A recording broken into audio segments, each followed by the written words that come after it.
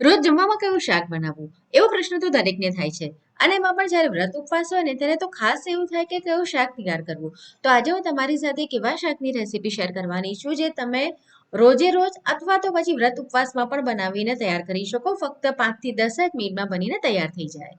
Hello friends, હું છું Hetal. Kitchen ક્રાફ્ટમાં તમારા બધાનું હાર્દિક સ્વાગત છે. તો ચલો આજની મજેદાર રેસીપી બનાવવાનું શરૂ કરીએ. આજે હું તમારી સાથે શેર કરવાની છું કાચા કેળાના શાકની રેસીપી.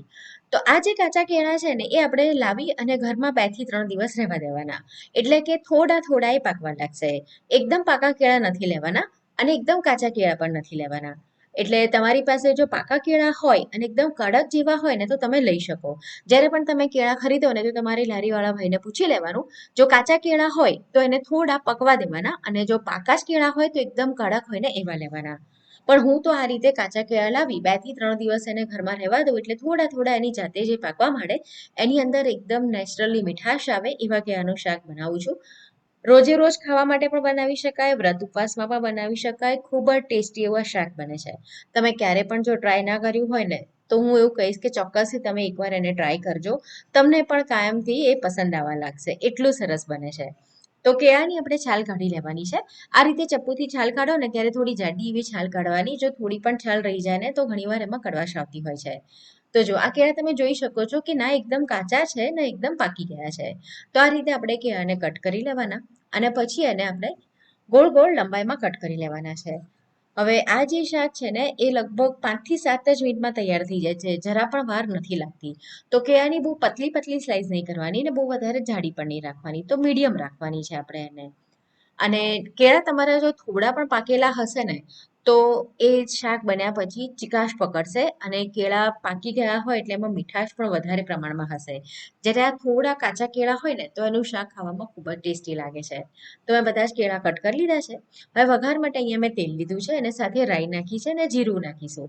હું અત્યારે રોજે રોજ ખાવા માટે જ બનાવી રહી છું, વ્રત ઉપવાસ માટે નથી બનાવી રહી એટલે મેં રાઈ નાખી છે. તમે વ્રત માટે બનાવતા હો તો રાઈ તમારે સ્કીપ કરી દેવાની.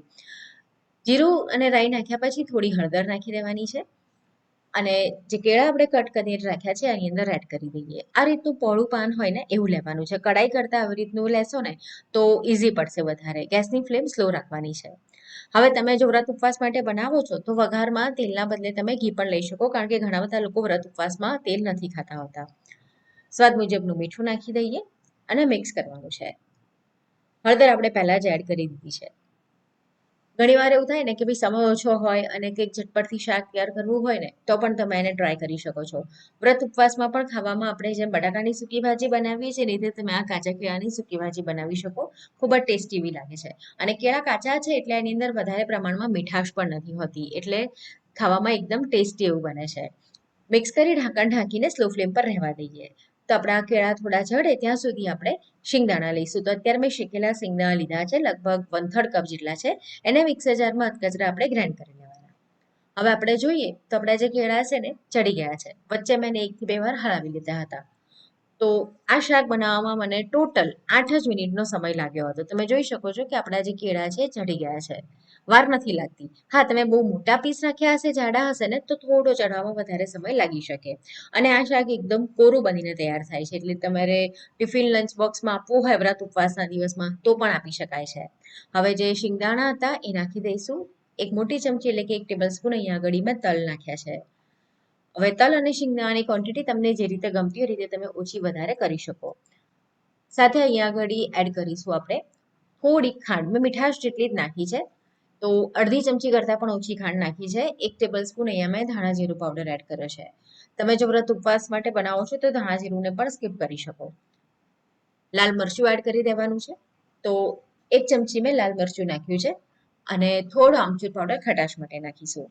અને 2 ટેબલ સ્પૂન અહીંયા મેં ડેસિકેટેડ કોકોનટ એટલે કે કોપરાનું જે બુરું આવે છે ને એ નાખ્યું છે. તમારી પાસે જો ફ્રેશ નારિયેળ હોય ને તો તમે એ પણ નાખી શકો. એનો પણ સ્વાદ સારો લાગે છે. અને ન હોય તો આ રીતે જે ડેસિકેટેડ કોકોનટ હોય છે ને સૂકું કોપરાનું બુરું એ પણ નાખી શકાય છે.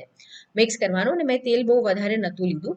તમે થોડું સરખું તેલ એમાં એડ કરવું હોય તો કરી શકો. પણ મેં લગભગ અહીંયા આગળ 1.5 ટેબલ સ્પૂન તેલ જ લીધું હતું કારણ કે એકદમ કોરું શાક હોય છે ને તો કોરા શાકમાં આપણે થોડું તેલ વધારે નાખવું પડતું હોય છે. પણ મેં નોનસ્ટિકમાં બનાવ્યું છે એટલે તેલની ક્વોન્ટિટી ઓછી રાખી છે. હવે આપણે એને મસાલો નાખીએ અને પછી ફરીથી 2 મિનિટ માટે ફક્ત રહેવા દઈશું. તો આપણું કાચા કેળાનું શાક તૈયાર થઈ ગયું છે. તમે એને દહીંની સાથે ખાઓ ને તો પણ ખૂબ સરસ લાગે છે. ફરાળી રોટલી બનાવો, ભાખરી બનાવો કે પછી રોજના રોટલી દાળ ભાત શાક માટે પણ બનાવો ને તો પણ સારું એવું તૈયાર થાય છે.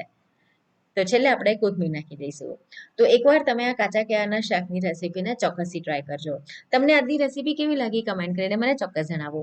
જો રેસીપી પસંદ આવી છે, મારી મહેનત પસંદ આવી છે તો વિડીયોને લાઈક કરી તમારા ફ્રેન્ડ્સ અને ફેમિલીની સાથે તો એને જરૂરથી શેર કરો. અને આવી નવી રેસીપી જોવા માટે કિચન ક્રાફ્ટ ચેનલને જરૂર સબસ્ક્રાઇબ કરો. તો ફરીથી મળીશું આવી જ એક નવી મજેદાર રેસીપીની સાથે.